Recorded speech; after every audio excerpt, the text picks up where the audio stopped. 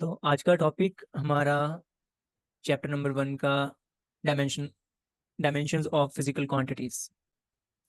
तो direct dimensions की तरफ जाने से पहले आपके जहन में इन फिजिकल क्वांटिटीज के बारे में चीज़ें क्लियर होनी चाहिए। तो जब हमने स्टार्ट में फिजिकल क्वांटिटीज को डिस्कस किया था तब मैंने बताया था कि हमने ये आगे जाकर यूज़ करनी है। ऑब्वियसली आगे के चैप्टर्स में भी यूज़ होंगी, लेकिन इस डायमेंशंस वाले टॉपिक में भी यूज़ करनी है। तो डायमेंशंस की डेफिनेशन की तरफ जाने से पहले कि अगर हम किसी ऑब्जेक्ट का रेडियस मेजर करें, रेडियस को मेजर करने के लिए हम यूनिट यूज करते हैं लेंथ के। लेट्स सपोज हम कहते हैं कि हमारे किसी भी ऑब्जेक्ट की जो रेडियस की वैल्यू है वो 5 मीटर है, ठीक है। या हम एक टेबल घर में यूज करते हैं, टेबल की लेंथ 15 मीटर या 10 मीटर है, सही है। या हम डिस्प्लेसमेंट मेजर करते हैं, तो डिस्प्लेसमेंट दो पॉइंट्स के दरमियान का डिस्प्लेसमेंट हम अज्यूम कर लेते हैं 15 मीटर है। तो आप देख सकती हैं कि ये सारी क्वांटिटीज का यूनिट है मीटर, है ना। लेकिन ये डिफरेंट चीज़ों की, डिफरेंट ऑब्जेक्ट्स की लेंथ को डिस्क्राइब कर रही है ना। जी। तो जब हम इस तरह से किसी भी क्वांटिटी की वैल्यू लिखते हैं तो वो ना हमें न्यूमेरिकल वैल्यू बताती है और उसके साथ यूनिट होता है। तो इस तरह से जब हम किसी भी क्वांटिटी को लिखते हैं तो वो उसकी क्वांटिटेटिव नेचर होती है। लेकिन इसकी क्वालिटेटिव नेचर क्या है? तो आप इन तीनों में देख सकती हैं कि ये तीनों एक जैसे यूनिट्स को यूज कर रही हैं, यानी कि लेंथ के यूनिट को इस्तेमाल किया जा रहा है इनको डिस्क्राइब करने के लिए, इनकी क्वांटिटेटिव नेचर को डिस्क्राइब करने के लिए। तो लेंथ इनकी नेचर है। तो फिजिकल क्वांटिटी की नेचर को डिस्क्राइब करने के लिए जो टर्म इस्तेमाल होती है उसको हम डायमेंशन कहते हैं, ठीक है।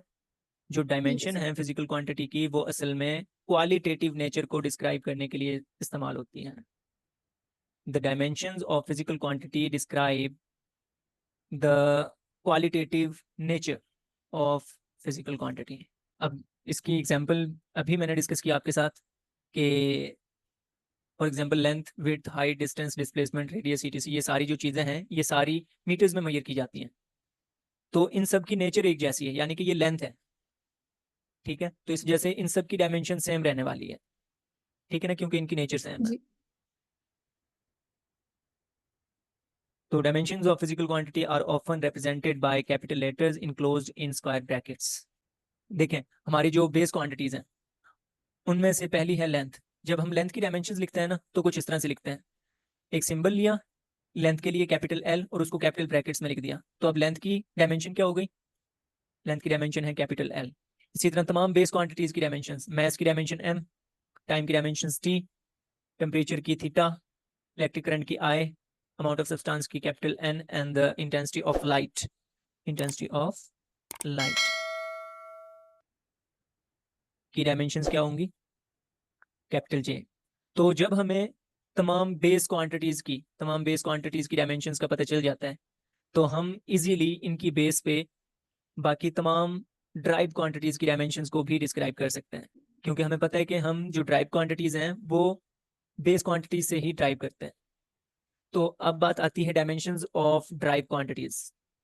आपको पता है कि जो स्पीड है वो हासिल होता है, उसकी वैल्यू हासिल होती है जब हम डिस्टेंस को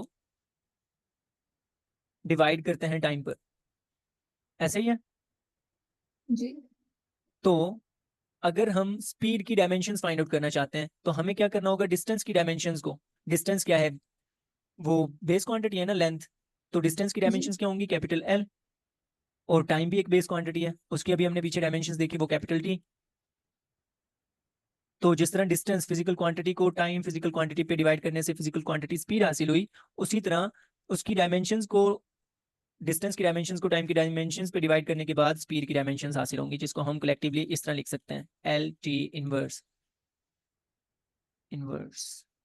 तो ये हमारे पास स्पीड की डायमेंशंस हो गई। तो हम किसी भी ड्राइव्ड क्वांटिटी की डायमेंशन फाइंड आउट कर सकते हैं by using their respective base quantities, जिनकी मदद से हमने उसको ड्राइव किया हुआ है। तो dimensions of derived quantities are obtained by multiplication और division of the dimension of base quantities. Acceleration की डायमेंशंस कैसे फाइंड आउट करेंगे? आपको पता है कि एक्सेलरेशन जो है वो change in velocity per unit time को कहते हैं। जबकि वेलोसिटी जो होता है वो डिस्प्लेसमेंट डिवाइडेड बाय टाइम होता है, ऐसे ही है ना। जी तो ये इक्वल हो गया displacement divided by square of time. तो अगर हमें एक्सेलरेशन की डायमेंशंस फाइंड आउट करनी है, डायमेंशंस ऑफ एक्सेलरेशन, तो हमें क्या करना होगा, इस डिस्प्लेसमेंट की डायमेंशन को यानी कि कैपिटल एल, तो उसको डिवाइड करेंगे टाइम की डायमेंशन के स्क्वायर से, टी का स्क्वायर, ऐसे ही है। तो हमारे पास एक्सेलरेशन की डायमेंशंस क्या हुई, एल टी इनवर्स स्क्वायर्ड। अब मेरे ख्याल में आपको क्लियर हुई होंगी कि हम ड्राइव क्वांटिटीज की डायमेंशंस कैसे फाइंड आउट कर सकते हैं। तो अभी आप मुझे फोर्स की डायमेंशंस फाइंड आउट करके दिखाएं। सर, मेरे पास आ रहा है capital M capital L T -2। Good girl, very good, बिल्कुल यही आंसर आना चाहिए था, M L T inverse squared, M L, यही बताया ना आपने। जी okay, inverse. Good good good good. तो अब आपको डायमेंशंस फाइंड आउट करना आ गई किसी भी फिजिकल क्वांटिटी की, तो मैं आपके लिए ना, आप अगर अपनी एक्सरसाइज की तरफ जाएं तो एक्सरसाइज में शॉर्ट क्वेश्चंस को ओपन करें। जी सर। शॉर्ट क्वेश्चंस में short question number 2, express the unit of the following drive quantities in terms of base units. यहाँ पर तो यूनिट्स को डिस्क्राइब करने के लिए कहा हुआ है ना, जी लेकिन आपने इन सब की डायमेंशंस फाइंड आउट करनी है, force, work, power, pressure, electric charge. ठीक है, ठीक है सर। फोर्स तो आपने ऑलरेडी कर ली, वर्क वर्क फाइंड आउट कर लेंगे ना, मैं फार्मूला बता दूं। जी सर। सर, वो फोर्स इंटू डिस्प्लेसमेंट होता है। शाबाश, और पावर का वर्क डिवाइडेड बाय टाइम, जी और pressure force per unit area. ये मैं आपको फार्मूला सिर्फ इसलिए बता दूं ताकि डायमेंशंस निकालना आसान हो जाए आपके लिए। Electric charge Q, electric charge को क्यू से रिप्रेजेंट करते हैं, उसके लिए फार्मूला होता है आई मल्टीप्लाई बाई टी। ठीक है, जी तो अब आप निकाल पाएंगे इनकी डायमेंशंस। जी सर। गुड। नेक्स्ट हमारे पास कुछ टर्म्स हैं डायमेंशन से रिलेटेड, वो टर्म्स क्या हैं वो देखते हैं। टर्म्स एसोसिएटेड या रिलेटेड टू डायमेंशंस में से पहली जो टर्म है वो है डायमेंशनल वेरिएबल। तो डायमेंशनल वेरिएबल क्या होता है, कोई भी ऐसी क्वांटिटी जिसकी वैल्यू फिक्स ना हो, चेंज होती रहे। जैसा कि आपके इन्वायरमेंट का टेम्परेचर, सुबह को कुछ होता है, दोपहर को कुछ होता है, शाम को कुछ होता है। जी टाइम, टाइम भी वेरिएबल है, कांस्टेंट नहीं है। ठीक है, लेंथ की भी कोई वैल्यू हो सकती है, एक्सेलरेशन किसी भी मूविंग ऑब्जेक्ट का वेरी कर सकता है। तो ये सारे वेरिएबल्स हैं। तो वो वेरिएबल्स जिनकी डायमेंशंस हो और उनका मैग्नीट्यूड चेंज हो रहा हो, कांस्टेंट ना हो, उस किस्म की फिजिकल क्वांटिटीज को डायमेंशनल वेरिएबल कहा जाता है। Those physical quantities that have dimensions and have variable magnitude are called dimensional variables. उसके एग्जांपल्स की अगर हम बात करें तो some dimensional variables are length, mass, velocity, acceleration, force, energy.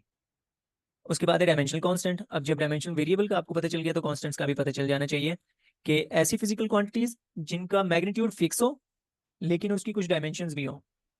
जैसा कि हमारे पास होते हैं कुछ कांस्टेंट्स, आप ये प्लांक्स कांस्टेंट, इसको ना एच से रिप्रेजेंट करते हैं। ठीक है, इसकी डायमेंशंस भी हैं और ये एक फिक्स्ड वैल्यू है इसकी, तो ये एक डायमेंशनल कांस्टेंट है। ग्रेविटेशनल कांस्टेंट कैपिटल जी से रिप्रेजेंट किया था लास्ट टाइम, आपने 9th क्लास में पढ़ा होगा।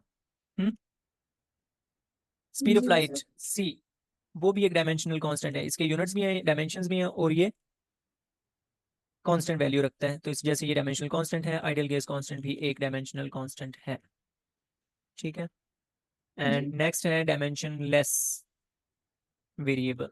इसको मैंने अलहदा इस जैसे कर दिया ताकि आपको क्लियर हो। डायमेंशन लेस वेरिएबल क्या होते हैं, अब आप बताओ कि ऐसे वेरिएबल्स जिनके मैग्नीट्यूड चेंज होते रहे, ठीक है ना, और उसकी कोई डायमेंशंस ना हो, ऐसे वेरिएबल्स को क्या कहते हैं, dimension less dimension. Variables, dimension less variables. उसकी एग्जांपल्स की अगर बात करें तो एक पुरानी जो हमारी फर्स्ट ईयर की बुक थी उसमें प्लेन एंगल, सॉलिड एंगल का अलहदा से एक छोटा सा टॉपिक था आपके पहले ही चैप्टर में, उनको सप्लीमेंट्री यूनिट्स कहा जाता था। ठीक है ना, तो वो जो सप्लीमेंट्री यूनिट्स होते हैं वो डायमेंशनलेस वेरिएबल्स होते हैं। एंड स्ट्रेन, आपने 9th क्लास के लास्ट चैप्टर्स में पढ़ा होगा, स्ट्रेस स्ट्रेन वाला और यंग्स मॉडुलस वाला, टॉपिक, तो उसमें स्ट्रेन जो होता है वो भी एक डायमेंशनलेस वेरिएबल है। Coefficient of friction, coefficient of friction को माइक्रो जैसी टर्म्स म्यू से रिप्रेजेंट करते हैं, तो ये भी एक डायमेंशनलेस वेरिएबल है। उसके बाद बात होती है डायमेंशनलेस कांस्टेंट। डायमेंशनलेस कांस्टेंट क्या होते हैं? अब ऐसे कांस्टेंट्स जिनकी कोई डायमेंशंस ना हो, ठीक है, those physical quantities that have no dimensions and constant in magnitude are called dimensionless constants. तो उसमें हमारे जितने भी नंबर्स हैं वो सारे, और एक्सपोनेंशियल कांस्टेंट, और जो पाए है, पाए का आपने यूनिट सुना है कभी? ये पाए जो जिसकी वैल्यू 3.14 समथिंग होती है, उसका कोई जी यूनिट जी होता है? उसका कोई यूनिट तो नहीं होता ना, जिसका यूनिट ना हो नहीं उसकी डायमेंशंस भी नहीं होती, ठीक है। जी तो आज के लिए मेरे ख्याल में इतना काफ़ी है। तो कल इंशाल्लाह हम advantages and disadvantages of dimensions को डिस्कस करते हैं। ओके मरियम, ठीक है सर। ओके, टेक केयर, अल्लाह हाफिज़। अल्लाह हाफिज़।